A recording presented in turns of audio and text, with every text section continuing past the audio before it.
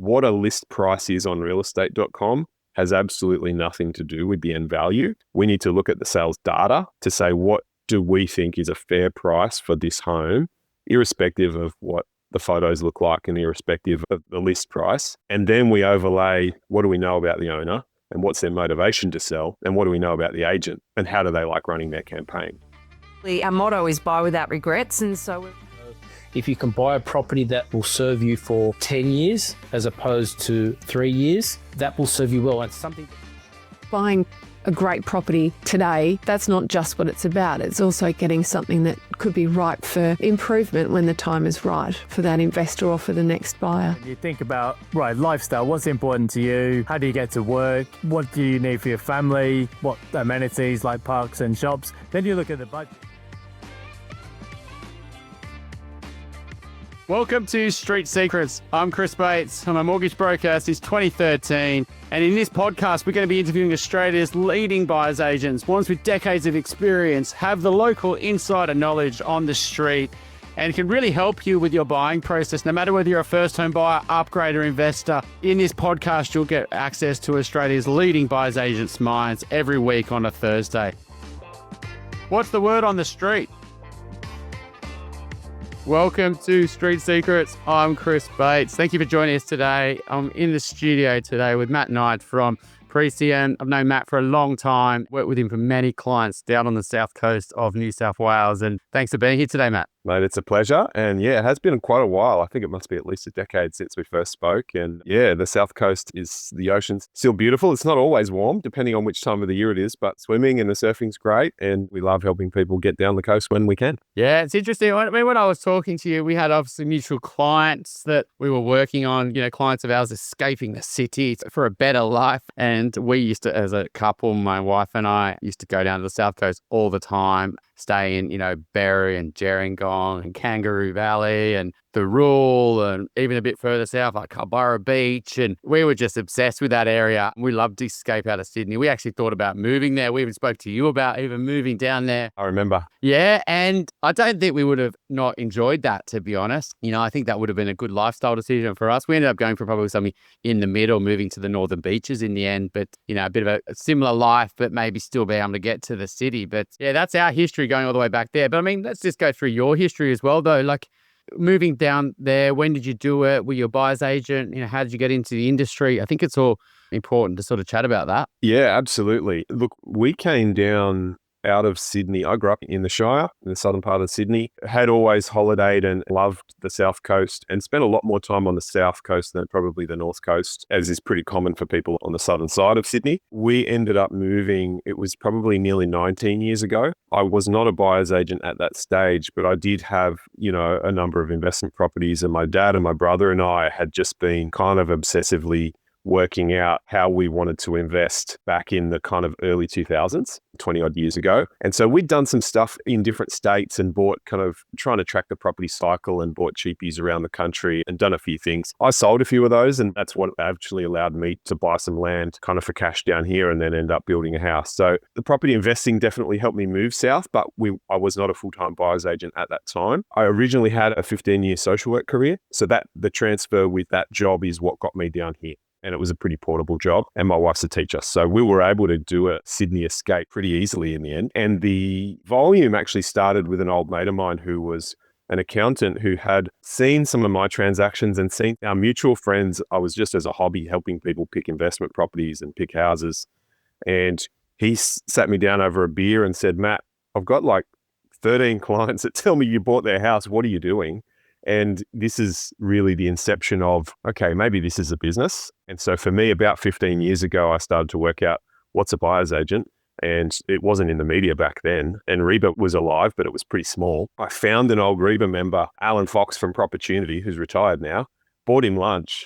I bought him lunch in Leichhardt and I said, mate, tell me about this industry. What is it? And I learned you could actually become an agent that doesn't sell houses. So for me, that was fascinating 15 years ago. Started to get the runs on the board, did some research, obviously got the licenses sorted. and eventually built a business which became Precium, and Precium was founded 12 years ago, and we've been buying full-time ever since. And yeah, really love doing a fairly even mix these days of the kind of home buyer and investor developer. Particularly on the sort of the South Coast. I mean, it's predominantly all your work sort of down there. I mean, looking at your website, you bought 11 years, I mean, over 400 properties. And the South Coast, if people aren't familiar with it, do you mind just sort of explaining sort of the whole region itself? Because it's quite a big patch, right? You've got everything from the north to the Wollongong. I'll let you sort of explain it. And it's also changed a lot. I mean, over the last 11 years, I think, what great experience teaches you is different cycles, because regions shift, the buyer pool is always changing and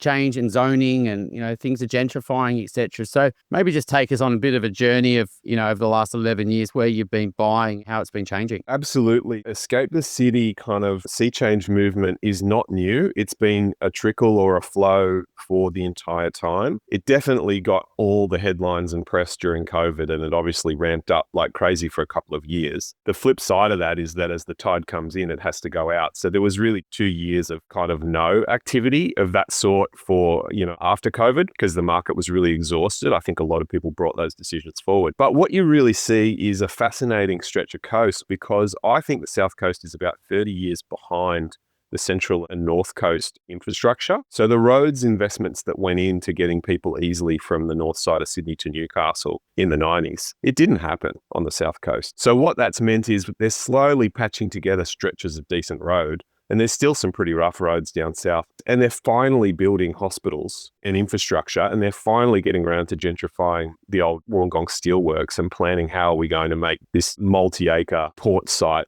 actually relevant for the next 50 years. And so those infrastructure projects are actually happening now. And I think it's a super interesting opportunity, because we are seeing that gentrification. We're seeing a lot more professional money, a lot more digital mobile work. So there's a heap of people working from home on the South Coast now. It's always been a retirement destination, and that hasn't changed. But there's a heap of those younger families with mobile and digital and work from home type setups. The markets that we have, obviously Wollongong is by far the biggest, and it's been an evergreen patch that we've bought in non-stop since we started 12 years ago. And it's really a de facto suburb of Sydney in many ways. If you're coming from Wollongong and commuting to Sydney, you probably commute about the same time as it is from Campbelltown or Penrith, So that Wollongong coast, why it's really interesting is because everybody knows that real estate responds to the law of supply and demand. But what's super fascinating about supply and demand on the South Coast is actually the geography. So not only do we have an ocean, which is a hard limit on housing, but we have an escarpment, a cliff, and a string of national parks. And those escarpments and those national parks limit housing supply incredibly to tight little pockets. And what that's meant is that all the pressure goes into price. And we've also got a string that I work with like 6 local councils. Nearly all but 2 of those councils, Shellharbour and Wollongong, like Shellharbour and Wollongong have 2 patches where they're happy for high rise to go in. But all the other councils are so anti-development, it's not funny. And so we've got really just no supply. There's no one saying, here's somewhere you can build 100,000 homes. It just not happening down here. And that's pushing prices. Yeah, I mean, that pocket, sort of the Thirroul, sort of Bulli,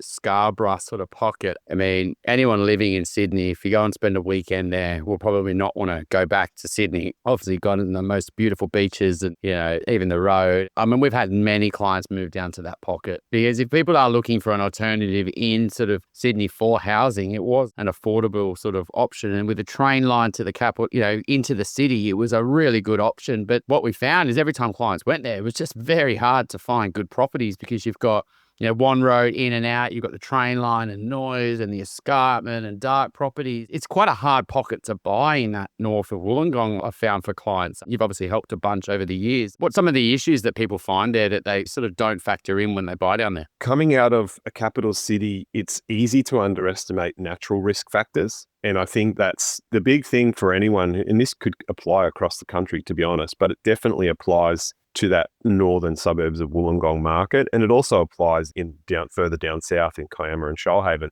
But I think natural risk factors, so understanding bushfire risk is really important. And as someone who lived through the 2019 bushfires in the Shoalhaven and saw some of my kids' school teachers passed away, a number of our friends lost homes, the stories from people in our community of homes just going up in seconds, bushfire is a very big deal. So you have to understand that. You have to understand what low, medium and high bushfire risk means for you, for your insurance policy and for your sanity going forward. Flood is massive. In Wollongong, because of that escarpment, when rain falls, it moves to the ocean really quickly. So flash flooding is a big deal. And we've had lots of clients while we're in the middle of a search, they'll say, can I buy this house? I really like the look of it. And I'll say, absolutely not. And if they're desperate to consider making an offer, I'll say, go and call 3 insurance companies before I let you make this offer. And it'll be like a $15,000 a year insurance quote because it's backing onto a creek that when it rains, it just goes absolutely ballistic. And there's houses down there that have been rebuilt 3 and 4 times. So it's just not, flood risk in the northern Illawarra is something specifically you don't mess with. Winter sun, you talked about those shady dark homes. It's a really important to understand how solar aspect works, particularly when you've got hilly country and particularly where you've got a major bit of geography like a cliff that's a few hundred meters high, because there's some pockets where the house looks cheap, the amenity looks good. On a map, you'd think that's great, and it's 300K cheaper than the other stuff I'm looking at. But then in June, the sun's gone down at 2 p.m. And some people actually get seasonal affective disorder. They get depressed. So, it's really important to understand how you feel about what you're going to do in a house. So our process is usually, particularly for those owner-occupiers, we'll spend some time really visualizing how they're going to live in that house, what their family lifestyle's like, how much time are they spending in a living room, are they in the backyard a lot, are they out walking a lot? Because that impacts the kind of street we want to put them on. If we have the money, we're going to try and get those northern ridges, those northern hillsides, the northeastern aspect, which might get you a water view, which is lovely. But actually what we're doing is getting them the maximum solar aspect so they're really happy through the winter. I mean, it's such a tight pocket, which is great for long-term growth, right? When you've got this real limit on supply and the livability down there.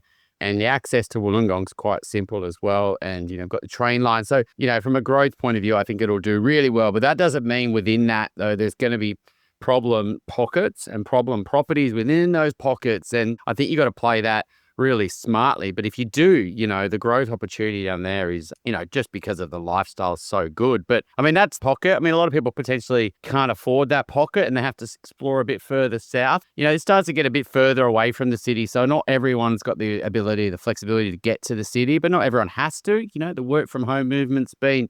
And while hybrid's becoming more and more the way it is, that hybrid means different things to different companies. It might be once a fortnight, it might be 3 days a week in the city, and it starts changing. But like you say, there's been a lot of people moving down the sea change, and it's not just younger families, right? A lot of downsizers and a lot of people moving out of Sydney that still want to get close enough to the grandkids, but then they still want their space and the lifestyle. I mean, they look at everything from the Bowrals to the Gerringongs, etc. What's some sort of shifts you've seen in that pocket? Because I think a lot of people misunderstand that it's such a strong demand for everything around that sort of, Gerringong to sort of Kangaroo Valley Bowral pocket. Yeah, we've definitely seen that older demographic, the downsizers, and they're not necessarily frail age retirees. We're talking about people in their 50s and 60s, and commonly late 40s as well, have really targeted that Kiama region. And it's beautiful, right? You've got some stunning dairy country off the coast in Berry and Kangaroo Valley. And then you've got these amazing water views because Kiama is essentially at the front of a very old volcano, Saddleback Mountain. So there's all these, it's like a big octopus. There's all these ridges and there's all this good quality volcanic soil, which historically was cleared for cattle country, for dairy country. And so that's why we've got these beautiful ocean views. And that's why Gerringong, Jarawa and Kiama have that history and they have that amazing kind of price point as well. So we're definitely seeing that older demographic choose that kind of a market because typically people in their, say, 50s, they're already at a point in their career where they can call the shots and they can say, I only have to go to the city once a fortnight. And I've negotiated that. They're not just lower mid exec, they're kind of upper exec or they're controlling their own companies. And so they're choosing that kind of lifestyle. We're definitely seeing those buyers continue to buy in that area. And I think there's always been a retirement element in those markets, but I think that's the age brackets are coming down. And people are realizing that 90 minutes to the southern side of Sydney is not very far, and that the lifestyle they get, the beaches, and there's an increasing number of restaurants and wineries that are really catering to kind of weekend entertainment. So, I was just with a past client who bought a big place overlooking, a big heritage listed place actually overlooking Werry Beach. And they were telling me how much they've been enjoying Crooked River Winery lately. So, these people from the northern beaches who are choosing to, have a second home down there. So I think there's definitely, a lot of people who are considering that as a great option. I think the other thing that's been fascinating in the last 6 months, realistically, like kind of since the recent federal election, is there's been a bullish amount of Canberra buyers heading to the coast. And I think that, after a federal election, when Labor gets back in, I think Canberra feels pretty safe. We've all got our jobs for another 3 years. And so let's borrow a bit of money and head to the coast and grab a beach house. So those kinds of buyers have been sniffing around as well, between that Kiama and even down to Mollymook and Bateman's Bay. Yeah, the Canberra elements, almost forgot talking about that, to be honest, because a lot of people do go, there's no beaches in Canberra, right? And they want to get to the ocean. They go quickly across to often Bateman's Bay, I believe. But then they, might go a bit further north because they're more attracted to, like you say, those dairy regions there. And Bateman Bay, I mean, to be honest, there's some cracking spots along the coastline around there. But you mentioned a really good point around the infrastructure and the roads. I mean, I remember, going down those regions lots on weekends, right? But around sort of Berry and the freeways, even around sort of the south of Wollongong, have really improved that drive dramatically, right? Avoiding places like Albion Park and it really links up. I mean, there's still some issues, I think, around Nowra, I think it is. It still gets a bit busy. Yeah, and, it's the first major bottleneck now, but they're doing the Husky Vincennia turnoff right now. There's a big overpass under construction now. So that South Nowra stretch in the first 20 minutes south in the Jervis Bay, it's going to improve as soon as that's finished. Yeah, I think we were down there recently. I think you're right. That turnoff at Jervis Bay is a massive, big construction site at the moment. And also the M6 coming out of Sydney. I think they've had issues with sinkholes and things like that. I mean, that's a bit of a game changer, coming out past the airport, not having to potentially drive all the way through that Brighton sort of, Cronulla pocket. I mean, what's an update on that? I mean, that's a bit of a game changer for the South Coast as well, right? The ability to not have to get stuck in that south of Sydney is a big issue at the moment. Yeah. St George and Sutherland have always had developed road infrastructure. And I can tell you at family Christmas, because that's where I'm from and where all my extended family live, and all I hear is complaints about traffic at Christmas. So absolutely, things do grind to a halt through there. So when we finally see a decent outflow pipe and a decent corridor of traffic finished and the exit south from Sydney is done, which is what we were talking about at the beginning of the call, right? Like, these things were built in the 90s north, and getting out of the north side of Sydney to head to Newcastle or to the Central Coast is kind of a pretty solid flow. That those dual carriageway roads have been there for a long time. When that's finally finished in Sydney, it's going to be a game changer in terms of what happens next. The other fascinating thing is that the biggest developments in the southwestern corner of Sydney, in that Wilton, Campbelltown kind of area where there are kind of hundreds of thousands of homes under construction, they can access the south coast through Picton and Appin Road. And so they're going to increase the flow of people who are coming south in a really big way, actually. So I definitely think that the pressure is going to be there in the decade ahead for people to come south and to use the beaches, whether that be holidays or permanent moves. I just don't see that demand going away. I mean, we talked a lot of positive things about here. I mean, what are some of the things, though, that, our buyers move down there, they don't underestimate sort of the challenges? I mean, people like us might have been a bit of a challenge back in the day. People might not want to move there because they can't find their tribe, I guess, but maybe that's shifted a lot over the last 5-10 years with a lot more younger families moving down there. But is schooling an issue? Things to do an issue? Like, what are some of the issues where people maybe thought, I might want to get back to the city? Because when I bought down there, I didn't think about some of the challenges of living, say country life as much. And if they were a bit smarter in how they approached it, maybe they would have got a much better lifestyle and potentially stayed down there or bought a different type of property. Yeah, so definitely in the last 5 years, I've seen a significant uptick in how savvy buyers are and the kinds of questions they're asking like that. And I think that, during COVID, for example, the average person who was trying to escape the city wasn't asking how good are the schools and choosing between pockets, or they weren't asking, am I really going to have enough to do on the weekend, or am I going to be able to have enough social connectedness? Everyone wanted peace and the quiet and the space and getting away from the germs. I think that there's been a massive shift in people asking the question, what does it really mean for me if I move to this location? And in terms of what I see people not get right or things they need to be cautious of, I absolutely think if you're coming down with kids or with a future in mind that could involve kids, you need to be asking the question about school catchments. And we do a lot of work with our local clients in all sections of the coast, but particularly to Illawarra. We've just had a couple of medical doctors, for example, who already live in Wollongong, and we've helped them move suburb and move house and upgrade their home. And a key component of those decisions is, what is the school catchment that we're talking about? Because if they're going to use the public system, there's only certain schools they want to use. And if they're going to orient near a private school, they need to be within the right distance or near the local bus that's going to take the kids there.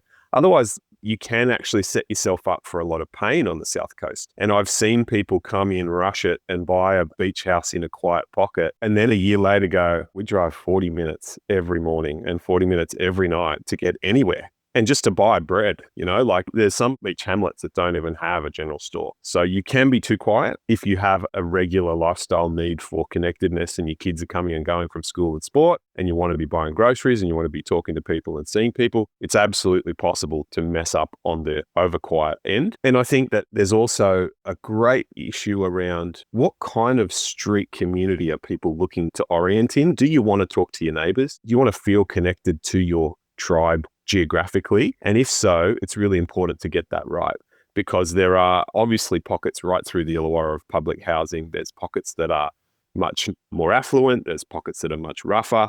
And so understanding where each tribe lives is super important. And those local clients that we've helped in the last 12 months, I can say every single one of them, we had long conversations about why the northern side of one suburb is better than the eastern side of the other suburb for you, because this is where your people live. So that kind of demographics at a really granular level is important for people to think about. I think you've highlighted in the last 20 minutes, it's such a complex market up here, the South Coast. I mean, some, parts of Australia maybe are less complex in terms of the diversity, in terms of not just the demand, but the supply. I mean, the South Coast is extremely diverse. You've got everything from acreages to beach shacks to beachside pockets to, rural pockets, and often a lot of buyers are not from there, probably buying down there. And so they just don't have the history and the local knowledge. And it's very easy to get wrapped up in the photos online of how nice it would be to live in this property. But there's one thing going there for a weekend versus actually living there 24/7. And can you sort of explain where, obviously a lot of people do go wrong where,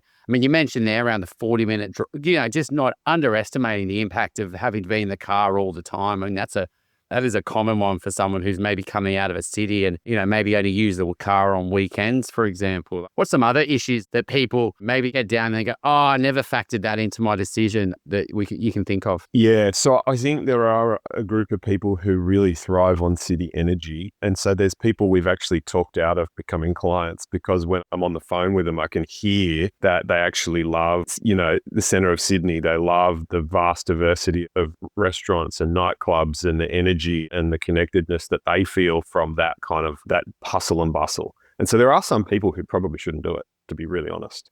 For those that are looking for something quieter, particularly for young families or downsizers who are able to manage their work-life balance and are looking for that stable, quiet, peaceful lifestyle, 100% it can work. And look, Wollongong has plenty of restaurants and a little bit of nightlife, but it still doesn't compare to Sydney if you're really looking for the regularity of international kind of arts performance. Just it comes through Wollongong and it comes down the coast, but it's just not at the same scale. So yeah, definitely I think there are some people who should consider whether this is right for them. I think that heap of the coast is badly served by public transport. So you're going to be in the car, and if you hate driving, there's a lot of sections of the coast you should avoid. And you need to be really careful with that. So if you're looking at a public transport centered life, we're going to be very careful where we choose. And that's the inner Wollongong CBD, North Wollongong apartment sort of stuff has its place because you can have beach, you can have a city, and you can have a lifestyle and get to and from work all on public transport in those little nodes. But I would say 80 to 90% of the coast, that's really hard to do without a car. Matt, I think I want to shift it now into more around you're helping clients, right? And I obviously worked buyer's agent for a long time, and you've sort of, I don't think you need to talk about it too much more where you can add value in helping them with the search and helping them select the right asset. I think it's one of those markets where you can very easily do that because it's very foreign to people and there's so many mistakes that people can make. And with that, investing in that region. But just when people come now, they find the property right. How is it also challenging, I guess, around pricing the property and working with agents down there, because they all probably work in different ways. They don't work maybe as much like they do in the cities and the relationships, etc. So how has that evolved maybe over the last 10 years and how important is that part of your role in terms of, having great relationship with agents across this big area? Yeah, look, I was actually just looking the other day and realized that I have 600 agents in my phone. Like I sort of have spoken to 600 agents since the last time I cleared out my phone contacts. And that's a lot. And I think probably, 100 or 150 of those would be the regulars that I'm actually talking to all the time. But knowing the agencies, how they work there's a vast difference in how they all behave, how they like to sell their homes. I do think as in general, the agents are catching up really quickly to Sydney style of managing sales campaign. So whereas 10 years ago, that wasn't the case, I think probably the prevalence of online training and all of your kind of Arik and Tom Panos and all those kind of options for sales agents means the playing field is being leveled in different areas. And certainly I would say that Wollongong agents probably just as aggressive as Sydney agents as a general rule in terms of how fast they want to move. They're handling multi-bid situations on properties on a regular basis. So there's not a great difference in terms of it's not an easy market to work with agents. Further down the coast or into country areas, things do move a little slower. With some of the agents, you can trust what they're saying. Not all, unfortunately. And I guess it's about how to manage a private treaty negotiation in a way that is respectful or that fits that particular agency. Because I'm seeing some agencies are going gung-ho down the path of an auction campaign. Others are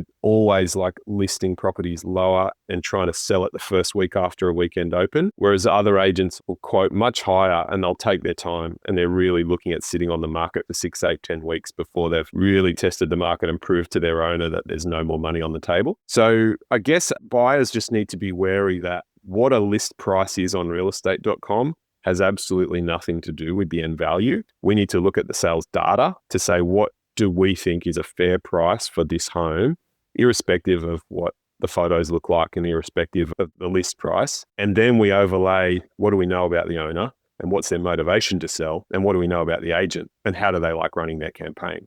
And that changes how we make our offers. It changes when we book building and pest inspections. It changes how we talk to the lawyers. So there's definitely, I guess, a nuanced approach to buying down here that we feel like there are times when you can just go in, submit an offer and get a property first go. But it's super common that we get clients who've had 3 or 4 failed attempts and they don't understand why they failed. And sometimes when they talk me through that, I can understand that at least 1 or 2 of those was because they weren't meeting the agent's expectations on how to buy the house. And they might have had the money, but they just didn't know how to submit the offer in a way that the agent wanted to take it to their vendor. Yeah, and missed opportunities are quite painful, whether it was the right property for you and your family. I mean, clients know that, right? They feel it, they get the energy, they get the buses, and they get really deflated when they miss out on the right property for them, let alone whether it's a good asset. And often I've seen clients miss out just because they haven't, like you said, known the agent's games, they haven't known how to price it. They weren't as maybe forthcoming with an offer when they should have been. They maybe thought the agent was bluffing them and all of a sudden it slipped through their fingers. And I think you're right. And then when a great asset comes on, I think sometimes clients, it takes a while for them to actually understand that. And sometimes they let a few good opportunities slide by and they don't come along that often. And so there's a regret. Wow, it would have been nice to buy that one on Smith Street last 6 months ago. And they almost get this anchoring bias of, the one that could have been, and that ship has sailed. And I think that's where a great buyer's agent really is. This is a cracking asset and it suits you and you need to get going because this agent wants to wrap this up. And from your point of view, Matt, besides those sort of things around negotiation and pricing and finding the property. And I think you've already highlighted as well around challenging the client brief to the right person. I think that's a huge value add, particularly when someone's making a major lifestyle shift. In your mind, what are the value of a great buyer's agent to a client beyond those things? To be honest, the situation you just described with a client who might have missed 3 or 4 good opportunities through not understanding the agent games that were going on, I think you and I are both therapists. I think we end up supporting our clients through the contemplative stage into the action-taking stage. And that brings up a lot of anxiety for all of us because most of us don't get to buy houses very often. And it pushes buttons. And it's a really stressful thing to do. So I think that we do a lot of sort of therapeutic listening and challenging and reframing to help people understand this is where I'm at and this is what I actually want. For me, that's about, yes, dealing with the disappointment of the one that I missed 6 months ago, but actually what is the goal? And I'll often be reminding clients when we're in a disappointing or a frustrating stage. So the recent clients that I purchased a home for in the Illawarra, a medical doctor and his wife, we'd been through 23 homes and they had reached a point where they were really disheartened and they thought there's nothing out there that we're ever going to be happy with and we're going to be miserable renting. We've got cash, but we're just going to be miserable renting indefinitely. This is too hard. And to reframe, well, what do we know about your lifestyle? What do we know about your community? We need an asset that suits, it's a box that looks like this because it suits you and your family. Trust me, it exists. We're going to find it and just be patient and give it a couple more weeks. And the next week one came up and they precisely were willing to jump because they'd been through that process. They'd had some really, emotions that were visible. We'd go through homes and they weren't right. And they were, just about in tears on the street afterwards because they really wanted this. So I think that you've got that kind of innate EQ where you can listen to clients, you can support them through the disappointments and help them reframe and focus on the goal. If you can come back to the goal after a couple of bumps in the road and focus on what you actually need, then you're going to make a better decision. You've hit the nail on the head there. I absolutely think that's a real key skill that you're helping clients is it's so anxiety filled, emotional, stressful, fearful. Buying property is not easy, right? Particularly when it's your home and you're making a massive lifestyle shift, and it's exhausting and you've got to be relentless and patient and persistent and deal with the disappointment. And it's also then you overlay these real estate games and the nonsense that happens there. It's just, it's like a washing machine. I think you're right. The great advisor agent are the real trusted advisors, that kind of calming, leveling sort of role there where we need to get this outcome. Let's stay committed here. Let's park all that. Let's use them as evidence to, let's just be a bit smarter with our strategy and let's make sure that we get this done. And I think, riding that wave with them is extremely valuable and getting them closer to taking action, that moving them from, because that's the two paths in life, right? If they don't transact and they don't buy, then what's that alternative world that maybe you've stopped them heading down? And, life and property is so interconnected. There's a happiness there, I think, when people do make that right call and they get in the right home. And I love your answer there. I mean, Matt, just to reflect on your buyer's agency, right? I mean, you mentioned there 16 years ago and you started this, and how much better are you today than you were, say, 5-10 years ago? Do you feel like you just consistently are finding things that you're like, oh, wow, I never thought about that, but now I'm doing that. Now I'm applying that. Like, is it a job where you feel like you just are constantly getting better? And can you highlight maybe how you are? Yeah, look, obviously it's embarrassing to say that I look back and think there's so many things I didn't know, which hopefully does mean I'm growing and improving. And I can 100% say that the challenge never stops in this game because, the market keeps moving, the economics keep changing, and agents are always getting training. So they're always getting better. I think the things that have changed, what can I say that is evidence-based? Do I do more due diligence now than I did 10 years ago? Absolutely. And with climate change, I can say that we are more concerned about flooding and about sea level rise and about flash flooding and kind of those crazy weather events. We're more worried about that now than we used to be. And I tell more clients to avoid houses that are low down. And, even a couple of weeks ago, a client, really wanted this house. It was in their zone. It was in the suburb. It was the right floor plan. I'm like, guys, it's 4 meters above sea level. There's a creek at the back. It's going to get wet. Like, please don't buy it. So I'm probably a lot stronger with clients at talking them out of properties than I was 10 years ago for those kind of really key risk factor reasons. And absolutely, the negotiation skills matrix never stops. So I'm always looking for an edge. I'm always listening. I'm always trying to ask better questions. And I hope I'm much better than I was 10 years ago. I can't quantify that one, but I can tell you that, yes, I still try and sharpen the knife in terms of how I'm communicating with agents and what questions I'm asking them to try and get to the truth of what's the vendor want and how fast is this going to sell, so we can decide whether we want to chase it or not. That's sort of like the truth that we're going for. And there's so much noise around a sales campaign that isn't that. And it's about trying to get to that truth really quickly and efficiently so we can help a client make that decision. You're good at this, Matt. You made some very good points there as well. And I think you're right. Like, I think the agent games are always changing. They're up in their skills. I think the market's always shifting,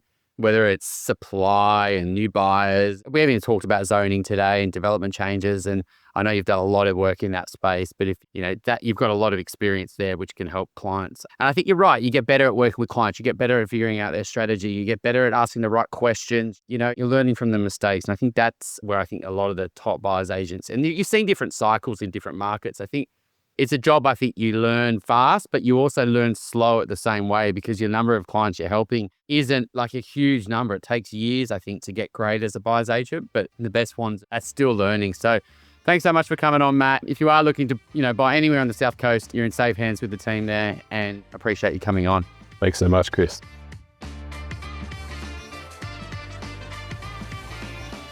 Thanks so much for listening today. We hope you got lots of value out of it. If you'd like to speak to our guest today, there's links in the show notes on how you can get in contact. And if you're buying your first home, upgrading, renovating, or need any finance-related queries, obviously we'd love to help. There's links in the show notes to us as a mortgage broker, and we look forward to next week's episode.